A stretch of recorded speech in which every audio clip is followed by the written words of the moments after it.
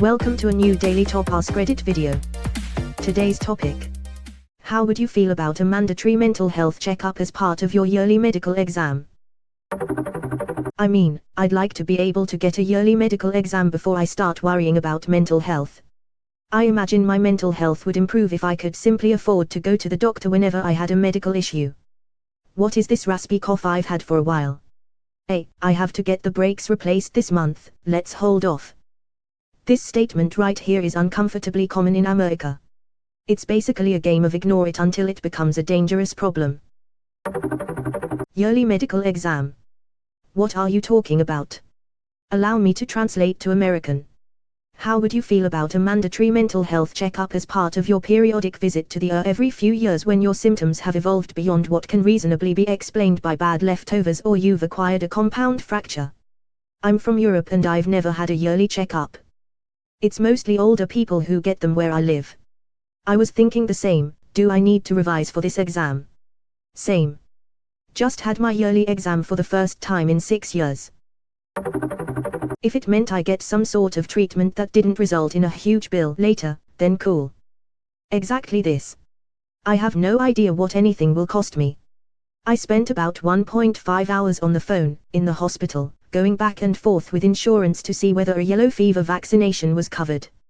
I managed to get the procedure code after annoying the nurses to no end. Insurance said it was completely covered. They sent a bill for $250. I went to an end to ask about some ear stuff and an opinion on getting my tonsils out. My ears were kind of blocked up, so he said I'll just clean that out real quick. $800 for the ear cleaning. I thought I may have broken a toe, and had no idea what to do about that. I went to the urgent care clinic. They asked me some questions and said it wasn't broken. $150. I had a vasovagal, SP. reaction a couple times when super stressed, and ended up getting an MRI. I asked how much it would cost, and they said it's probably covered. They found an odd structure that was probably not an issue, but you should see a specialist. I got a $5,000 bill and never saw the specialist because I was broke. I had insurance in every one of these cases.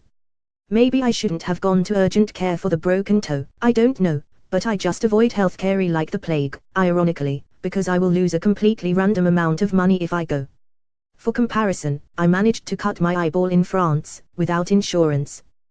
They patched me up and I paid €20 in cash to the front desk like I was buying groceries, no middlemen or service codes or fine print or unexpected bills involved. The really misleading thing insurance companies like to do is tell you something is covered. To a normal rational person, this probably means they'll pay it right. You would be incorrect. Your insurance company telling you a service is covered just means that it's a covered item under your plan. Your reimbursement for said item, the insurance payment, is based on your benefits.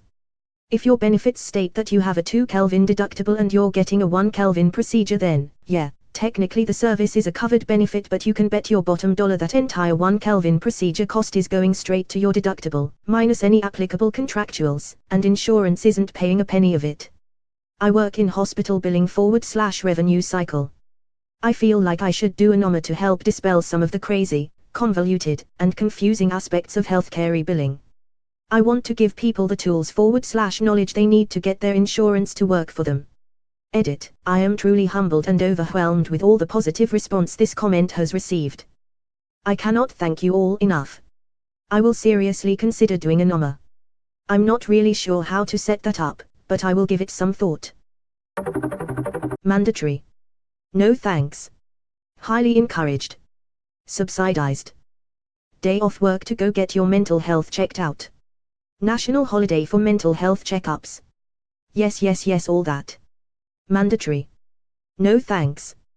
Bingo, there are ways to improve mental health, but some mandatory screening is way too big an invasion of privacy in my book. It's incredibly hard to do. Except for the really extreme cases, most mentally ill people are capable of appearing normal, especially people with depression / anxiety, if they want to. Mandatory mental health checkups would only measure one's ability to pass mandatory mental health checkups. People who don't trust the system will find ways around it. Okay, but that's just the treatment avoidant people. Go to the therapy-related subreddits and you will see regular posts asking whether someone's stuff justifies seeking out therapy. Spoiler, it always does. Regular check-ins would help people who think their suffering is normal realize that it is not. Forced. Yikes. Yeah, what the fuck kind of dystopia shit is this? Sounds like a wet dream for the pharmaceutical industry to get everyone prescribed some form of antidepressant. All these upvotees are insane. I think people are really missing the mandatory part. People have a glorified view about mental health treatment that's completely detached from the massive amounts of coercion within psychiatry. I currently work in a long-term psychiatric hospital and almost no one on the outside has any idea what it's like. Patients can't control the food they put in their bodies. If you don't like the meal they're serving that day, too bad. The refrigerator is locked at all times and patients can't access it. Some patients have been drugged up so much that they sleep through a meal and have to wait hours for the next one while being patronized about missing it in the first place. There is no freedom of movement. In my state, patients have a right to go outside weather permitting and with staff supervision. I live in a cold, snowy state and staff is often short, so outdoor time is limited. The outside area is a gated courtyard that you can walk across entirely in about a minute. Patients aren't allowed pencils or regular pens. They'll get a pen with all the hard bits removed so that it's just the inside part that carries the ink, making it difficult to write with. That's if you're lucky. Some people get a single rose art crayon. People are forcibly restrained for hours on end and locked in solitary confinement.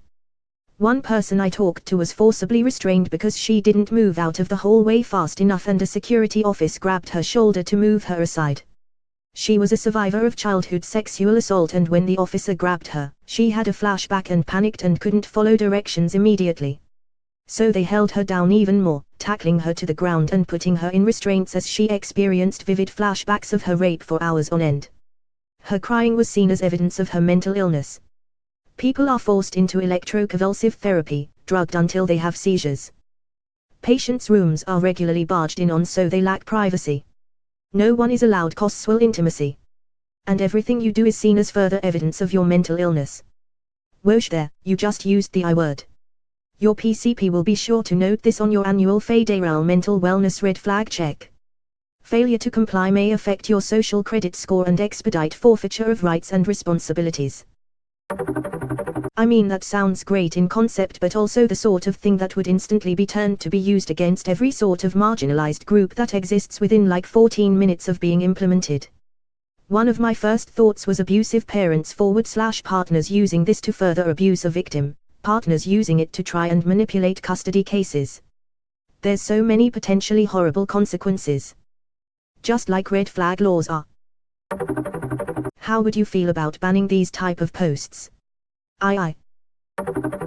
Yearly medical exam. LOL. Yeah, WTF lol.